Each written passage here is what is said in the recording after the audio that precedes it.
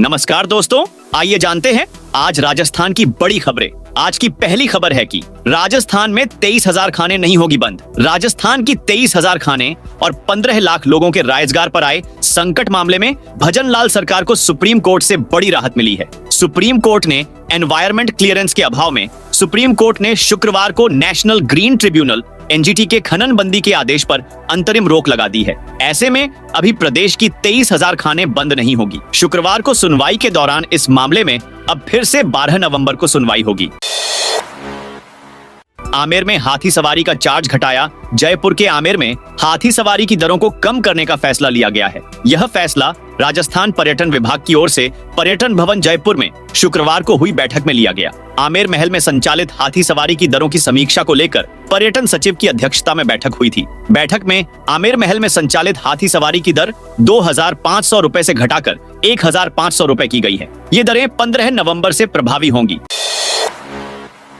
सतीश पूनिया बोले, खींवसर को बांग्लादेश मत बनने देना। भाजपा के पूर्व प्रदेशाध्यक्ष सतीश पूनिया ने नागौर के खींवसर में कहा, जो लोग खींवसर को बांग्लादेश बनाने की धमकी देते थे उनको जवाब देने का अवसर आ गया है। भारत कभी बांग्लादेश नहीं बनेगा। यह देश अपने मिजाज और अंदाज से चलेगा। यह देश उन लोगों से नहीं चलेगा जो नारे लगाते हैं भारत तेरे टुकड़े होंगे। यह देश उन लोगों से चलेगा जो तिरंगा थाम कर धारा 370 खत्म करते हैं। पूनिया शुक्रवार को भाजपा प्रत्याशी रेवंत राम डांगा के प्रचार के लिए खींवसर पहुंचे थे। जयपुर में अब पर्यटकों के लिए अच्छी खबर। नाहरगढ़ जैविक उद्यान में शुक्रवार से टाइगर सफारी भी शुरू हो गई है। पहले दिन 11 सैलानियों ने टाइगर सफारी का आनंद लिया। टाइगर सफारी शुरू से जयपुर देश का ऐसा पहला शहर बन गया जहां पर्यटक के लिए 4 सफारी की सुविधा उपलब्ध हो गई है। यहां लेपर्ड, एलिफेंट और लॉयन सफारी पहले से है। अब इसमें टाइगर सफारी भी जुड़ गई। बुजुर्गों के लिए अच्छी खबर। नेपाल में पशुपतिनाथ के दर्शन करने के लिए अब वरिष्ठ नागरिकों को जयपुर से दिल्ली तक बस का सफर नहीं करना पड़ रहा है। वे जयपुर से ही हवाई जहाज से उड़ान भर रहे हैं। वहीं नेपाल में 1 रात की बजाय 2 रात ठहर रहे हैं। वरिष्ठ नागरिक तीर्थ यात्रा योजना के तहत देवस्थान विभाग इससे पहले दिल्ली तक बस से सफर करवाता था और नेपाल में 1 रात ही रुकते थे। इससे वरिष्ठ नागरिकों को हवाई यात्रा के नाम पर परेशानी झेलनी पड़ती थी।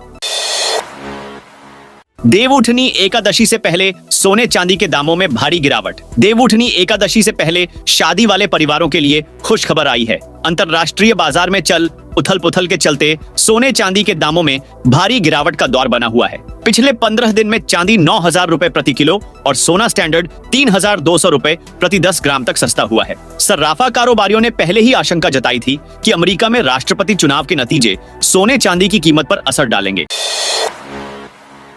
7 जिलों में अब तक कुल 92 करोड़ रुपए की जब्ती। राजस्थान में विधानसभा उपचुनाव 2024 के दौरान विभिन्न एजेंसियां ने 7 जिलों में अब तक कुल 92.68 करोड़ रुपए की नकद एवं अवैध शराब सहित अन्य सामग्री जब्त की है। सर्वाधिक 76.7 करोड़ रुपए मूल्य की जब्ती राजस्थान पुलिस ने की है। 7 जिलों में कुल मिलाकर 4.22 करोड़ रुपए नकद राशि पकड़ी गई है। 5.52 करोड़ रुपए से अधिक मूल्य की अवैध शराब और 42 लाख रुपए कीमत के नशीले पदार्थ जब्त किए गए हैं। सरकार नहीं खरीद रही बाजरा। बाजरे की सरकारी खरीद नहीं होने से जिले समेत पूरे राजस्थान के किसान परेशान हैं। उनको मजबूरी में कम दाम पर खुले बाजार में बाजरा बेचना पड़ रहा है। ऐसे में हर बोरी पर लगभग 200 रुपए से ज्यादा का नुकसान हो रहा है। बाजरे का समर्थन मूल्य 2,625 रुपए है, जबकि बाजार में बाजरा 2,300 से ज्यादा रुपए है। 2,475 के लगभग बिक रहा है। पहले तो कई किसान 2,200 रुपए प्रति क्विंटल की दर से भी बेच चुके। इस बार बरसात अच्छी हुई थी। अकेले झुंझुनू जिले में 1,66,084 हेक्टेयर में बाजरे की फसल हुई है। पूरे जिले में सबसे ज्यादा बाजरा ही बोया गया था। इसके बाद ग्वार, मूंग व चवला की फसल बोई गई थी। राजस्थान चतुर्थ श्रेणी कर्मचारी भर्ती परीक्षा पर नया अपडेट। राजस्थान में होने वाली चतुर्थ श्रेणी कर्मचारी भर्ती परीक्षा को लेकर अब और नए अपडेट सामने आए हैं। परीक्षा कितने नंबर की होगी और चयन किस तरह का होगा, इसका भी खुलासा हो गया है। आपको बता दें कि राजस्थान में अब चतुर्थ श्रेणी कर्मचारी की भर्ती के लिए लिखित परीक्षा देनी होगी। यह परीक्षा 200 अंकों की होगी। राजस्थान कर्मचारी चयन बोर्ड के सचिव बीसी बधाल ने बताया कि राज्य सरकार ने भर्ती परीक्षा के लिए दिशा निर्देश जारी कर दिए थे। इस आदेश के तहत ही कर्मचारी चयन बोर्ड परीक्षा का आयोजन करेगा। दिलावर बोले, अकबर नहीं, महाराणा प्रताप महान। दिलावर ने कहा, हमें बेवकूफ बनाने के लिए पढ़ाया गया कि अकबर महान है। वो लुटेरा आतंकी जिसने हमारी माँ बहनों का मीना बाजार लगवाया, वह महान कैसे हो सकता है? महान तो महाराणा प्रताप थे, उनके बिना राजस्थान का अस्तित्व नहीं है। अब राजस्थान की पाठ्य पुस्तकों में सपने में भी अकबर महान नहीं पढ़ाया जाएगा। वक्फ बोर्ड को लेकर दिलावर बोले, हजारों और लाखों लोगों की जमीन को वक्फ ने लूटा। देश में सबसे ज्यादा जमीन वक्फ बोर्ड के पास है। इनके बाप कमाकर लाए थे क्या, या इनके दादा ने खरीदी थी? ये हिंदुस्तानियों की जमीन है। संसद में बिल आने वाला है, इनका ये लैंड जिहाद सफल नहीं होने देंगे। Rajasthan state open school board परीक्षा का टाइम टेबल जारी। Rajasthan state open school board की 10वीं 12वीं के परीक्षार्थियों के लिए बड़ी खबर। राजस्थान स्टेट ओपन स्कूल की 10वीं और 12वीं की अक्टूबर नवंबर में होने वाली परीक्षाओं का टाइम टेबल जारी कर दिया गया है। स्टेट ओपन स्कूल की सचिव अरुणा शर्मा की ओर से जारी परीक्षा कार्यक्रम के अनुसार 10वीं और 12वीं की परीक्षाएं 25 नवंबर से निर्धारित परीक्षा केंद्रों पर होंगी। स्टेट ओपन स्कूल की सचिव अरुणा शर्मा ने बताया कि 12वीं की परीक्षाएं 16 दिसंबर तक चलेंगी, वहीं 10वीं की परीक्षाएं 13 दिसंबर को समाप्त होंगी। रेल यात्रियों के लिए अच्छी खबर, रेलवे ने बढ़ती यात्री संख्या को देखते हुए स्पेशल रेल सेवा शुरू करने का फैसला किया है। उत्तर पश्चिम रेलवे के पीआरओ कैप्टन शशि किरण ने बताया कि यात्री भार को ध्यान में रखते हुए इन दिनों रेलवे स्पेशल ट्रेनें चला रहा है। मुंबई मार्ग पर चिड़ावा और झुंझुनू होते हुए बांद्रा तक नई ट्रेन सेवा उपलब्ध कराई जा रही है। उपचुनाव के प्रचार में सीएम पायलट की कल दूसरी बार एंट्री। प्रदेश की 7 सीटों पर हो रहे विधानसभा उपचुनाव में दौसा हॉट सीट बनी हुई है। यहां भाजपा से कृषि मंत्री किरोड़ीलाल मीणा के भाई जगमोहन मीणा और कांग्रेस से सांसद मुरारीलाल मीणा के करीबी दीनदयाल बैरवा चुनावी मैदान में हैं। पहली बार है कि एसटी और एसएससी के प्रत्याशी आमने सामने होने से सामान्य व ओबीसी मतदाता निर्णायक भूमिका में हैं। ऐसे में दोनों ही पार्टियों का प्रचार कैंपेन भले ही तेजी से चल रहा हो, लेकिन मंत्री किरोड़ीलाल मीणा और सांसद मुरारीलाल मीणा की प्रतिष्ठा दांव पर लगी होने की चर्चाएं चहुंओर बनी हुई हैं। आरएएस सहित 6 के खिलाफ एसीबी ने दर्ज किया मामला। एसीबी ने सरकार को राजस्व हानि पहुंचाने के मामले में अजमेर विकास प्राधिकरण की तत्कालीन उपायुक्त, वर्तमान अतिरिक्त संभागीय आयुक्त सहित 6 जनों के खिलाफ मामला दर्ज किया है। सभी ने मिलीभगत से जमीन का व्यवसायिक की जगह आवासीय शुल्क वसूला और 2,10,000 का नुकसान किया।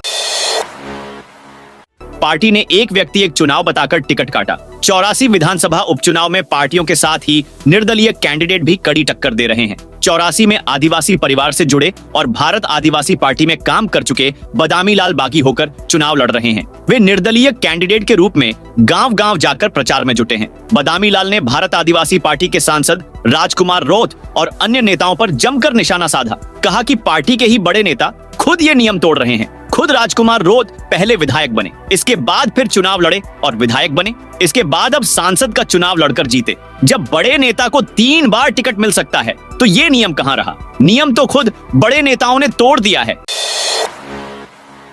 नगर निगम हेरिटेज में फिर शुरू हुआ सियासी विवाद। जयपुर नगर निगम हेरिटेज में सियासी विवाद लगातार बढ़ता जा रहा है। पूर्व मेयर मुनेश गुर्जर के खिलाफ हुई भ्रष्टाचार के मामले में हुई कार्रवाई के बाद अब नगर निगम के पूर्व एडिशनल कमिश्नर राजेंद्र कुमार वर्मा से बदसलूकी को लेकर जांच तेज हो गई है। जयपुर की माणक चौक थाना पुलिस ने एससी एसटी एक्ट को लेकर पूर्व mayor Munesh Gurjar, deputy mayor Aslam Farooqui समेत नगर निगम के 13 पार्षदों के खिलाफ कार्रवाई की तैयारी शुरू कर दी है, जिसके तहत निगम के 3 पार्षद उम्रदराज, नीरज अग्रवाल और फरीद कुरैशी को नोटिस देकर 13 नवंबर के दिन अनुसंधान के लिए बुलाया गया है। हाईकोर्ट बोला, सरकार बताए शहरों में बहुमंजिला फ्लैट्स के निर्माण के लिए क्या पॉलिसी है। हाईकोर्ट ने प्रदेश भर के शहरों में बसी पुरानी कॉलोनियों में बेतरतीब तरीके से बन रहे बहुमंजिला फ्लैट्स के निर्माण व जयपुर में गांधीनगर जजेज निवास के पास प्रस्तावित ओल्ड एमआरआईसी कैंपस और अधिकारी आवास की 17,000 वर्ग मीटर भूमि में बहुमंजिला बिल्डिंग को चुनौती देने पर सरकार से जवाब देने के लिए कहा है। राज्यवर्धन बोले, कांग्रेस केवल सत्ता में आना चाहती है। उद्योग मंत्री राज्यवर्धन सिंह राठौड़ ने धारा 370 को लेकर कांग्रेस के स्टैंड पर सवाल उठाए हैं। उन्होंने कहा, जम्मू कश्मीर विधानसभा में धारा 370 की बहाली को लेकर नेशनल कॉन्फ्रेंस ने जो प्रस्ताव पास किया उसका कांग्रेस ने समर्थन किया। मैं ये सवाल पूछना चाहता हूं, क्या बाबा साहब अंबेडकर का बनाया संविधान वहां लागू नहीं होना चाहिए?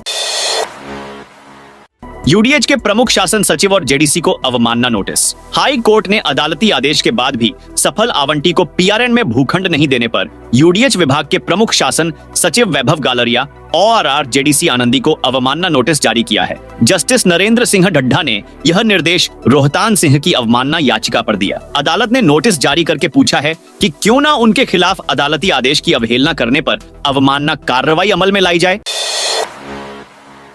अब नहीं होगा बरवाड़ा से बजरी का अवैध परिवहन। सवाई माधोपुर जिले में बजरी की लीज नहीं होने के बावजूद सबसे ज्यादा परिवहन इसी जिले से हो रहा था। 28 अप्रैल 2024 को सवाई माधोपुर जिले की लीज खत्म हो गई। इसके बाद अब टोंक की लीज की बजरी चौथ का बरवाड़ा होकर निकाली जा रही थी। इस मामले में खनिज विभाग की भूमिका सबसे अधिक संदिग्ध नजर आ रही थी। ऐसे में विवाद बढ़ने के बाद अब खनिज विभाग ने सोलपुर के ट्रांजिट परमिट को ही रद्द कर दिया है, जिसके तहत अब क्षेत्र में बजरी का परिवहन नहीं होगा। बीकानेर की 2 ग्राम पंचायत बनी नगर पालिका। लूणकरणसर नापासर ग्राम पंचायतों को नगर पालिका बनाया गया है। अब नए चुनाव होने तक सरपंच पालिका अध्यक्ष के रूप में काम करेंगे। स्वायत्त शासन विभाग के निदेशक कुमारपाल गौतम ने इस संबंध में आदेश जारी कर दिया है। राज्य की भजनलाल सरकार ने बीकानेर जिले के स्थानीय निकायों को लेकर बड़ा फैसला लिया है। जिले की 2 ग्राम पंचायतों को पालिका के रूप में क्रमोन्नत करने की घोषणा की है। इस संबंध में शुक्रवार को आदेश जारी किया गया। इसके साथ ही पंचायतों के सरपंच पालिका अध्यक्ष बन गए हैं। उप सरपंच को उपाध्यक्ष और पंचों को पार्षद माना जाएगा। जयपुर में जुआ खेल रहे 22 लोग गिरफ्तार। जयपुर पुलिस ने बगरू वालों के रास्ते से छापेमारी कर जुआ खेल रहे 22 लोगों को गिरफ्तार किया। छापेमारी के दौरान सटोरियों की सिक्योरिटी देखकर पुलिस भी दंग रह गई। पुलिस से बचने के लिए सट्टे के अड्डे से 300 मीटर आगे तक सीसीटीवी कैमरे लगे थे। अड्डे पर एंट्री से पहले 3 लेयर की सिक्योरिटी सिस्टम से गुजरना होता था। राजस्थान के श्रीगंगानगर में सुबह घना कोहरा छाया। राजस्थान में आज सुबह श्रीगंगानगर के अनूपगढ़ जिले में घना कोहरा छाया। इससे विजिबिलिटी काफी कम रह गई। वहीं राजस्थान के उत्तर पूर्वी हिस्सों में मौसम शुष्क होने के साथ हवा की स्पीड कमजोर हो गई है। इससे इन एरिया के शहरों में सुबह शाम air quality index AQI level भी बिगड़ रहा है। कल झुंझुनू, जयपुर, भिवाड़ी, हनुमानगढ़ में औसत AQI 250 से ऊपर रहा। वहीं कई शहरों में कल दिन का तापमान भी थोड़ा बढ़ गया। मौसम विशेषज्ञों का कहना है कि अगले 4-5 दिन प्रदेश में मौसम शुष्क रहेगा। सीएम भजनलाल शर्मा के निशाने पर कांग्रेस खान एवं पेट्रोलियम विभाग की राइजिंग राजस्थान प्री समिट में शुक्रवार को सीएम भजनलाल शर्मा की मौजूदगी में 63,463 करोड़ रुपए के निवेश प्रस्तावों पर हस्ताक्षर हुए। इस मौके पर सीएम ने पूर्ववर्ती गहलोत सरकार पर निशाना साधते हुए कहा कि कांग्रेस सरकार के समय खनन क्षेत्र में भ्रष्टाचार हुआ। अब हमारी सरकार में तस्वीर बदल रही है। हमारे लिए खनन क्षेत्र से प्रदेश के विकास को बढ़ाने का अवसर है। इसके लिए खनिज नीति 2024 लागू की जाएगी। किसानों के लिए आई बड़ी खबर। राजस्थान सरकार ने दीर्घकालीन सहकारी कृषि एवं अकृषि ऋणों पर ब्याज अनुदान योजना 2024 से 25 लागू करने के लिए आदेश जारी कर दिए हैं। प्रदेश में यह पहली बार होगा जब दीर्घकालीन कृषि ऋणों का समय पर चुकारा करने पर 7% ब्याज अनुदान दिया जाएगा। यह अनुदान वर्ष 2024 से 25 के दौरान वितरित ऋणों का समय पर चुकारा करने पर दिया जाएगा। यह जानकारी शुक्रवार को सहकारिता राज्य मंत्री स्वतंत्र प्रभार गौतम कुमार दत्त ने दी। मदन दिलावर बोले, उपचुनाव की सभी सीटें जीतेगी। भाजपा राजस्थान में जैसे जैसे उपचुनाव नजदीक आ रहे हैं, पार्टियों ने अपनी कमर कस ली है। आरोप और प्रत्यारोप का सिलसिला शुरू हो गया है। राजस्थान में 7 सीटों पर उपचुनाव के लिए 13 नवंबर को वोटिंग होगी। भाजपा के दिग्गज नेता चुनाव प्रचार में जुट गए हैं। अब कम समय बचा है और सियासी पारा अपने उच्च स्तर पर आ गया है। राजस्थान के शिक्षा मंत्री मदन दिलावर ने अलवर के रामगढ़ में यह दावा किया कि भाजपा उपचुनाव की सभी 7 सीटें जीतेगी। किराए पर रहने वाले छात्रों को हर माह मिलेंगे 2,000 रुपए। अपने घर से दूर रहकर पढ़ाई करने वाले विद्यार्थियों को सामाजिक न्याय एवं अधिकारिता विभाग की ओर से 2,000 रुपए प्रतिमाह किराया प्रदान किया जाएगा। वर्ष में अधिकतम 10 माह के लिए यह सहायता प्रदान की जाएगी। ऑनलाइन आवेदन के लिए अभ्यर्थी को आधार, जन आधार, मूल निवास, जाति प्रमाण पत्र, जिला स्थित राजकीय महाविद्यालय में अध्ययनरत होने का प्रमाण पत्र, किराए के मकान का प्रमाण पत्र, किरायानामा, किराया रसीद, गत वर्ष उत्तीर्ण कक्षा की अंक तालिका एवं बैंक खाते का विवरण आदि दस्तावेजों की आवश्यकता होगी। इच्छुक अभ्यर्थी ई मित्र SSO ID से इस पोर्टल पर जन आधार के माध्यम से ऑनलाइन आवेदन कर सकते हैं।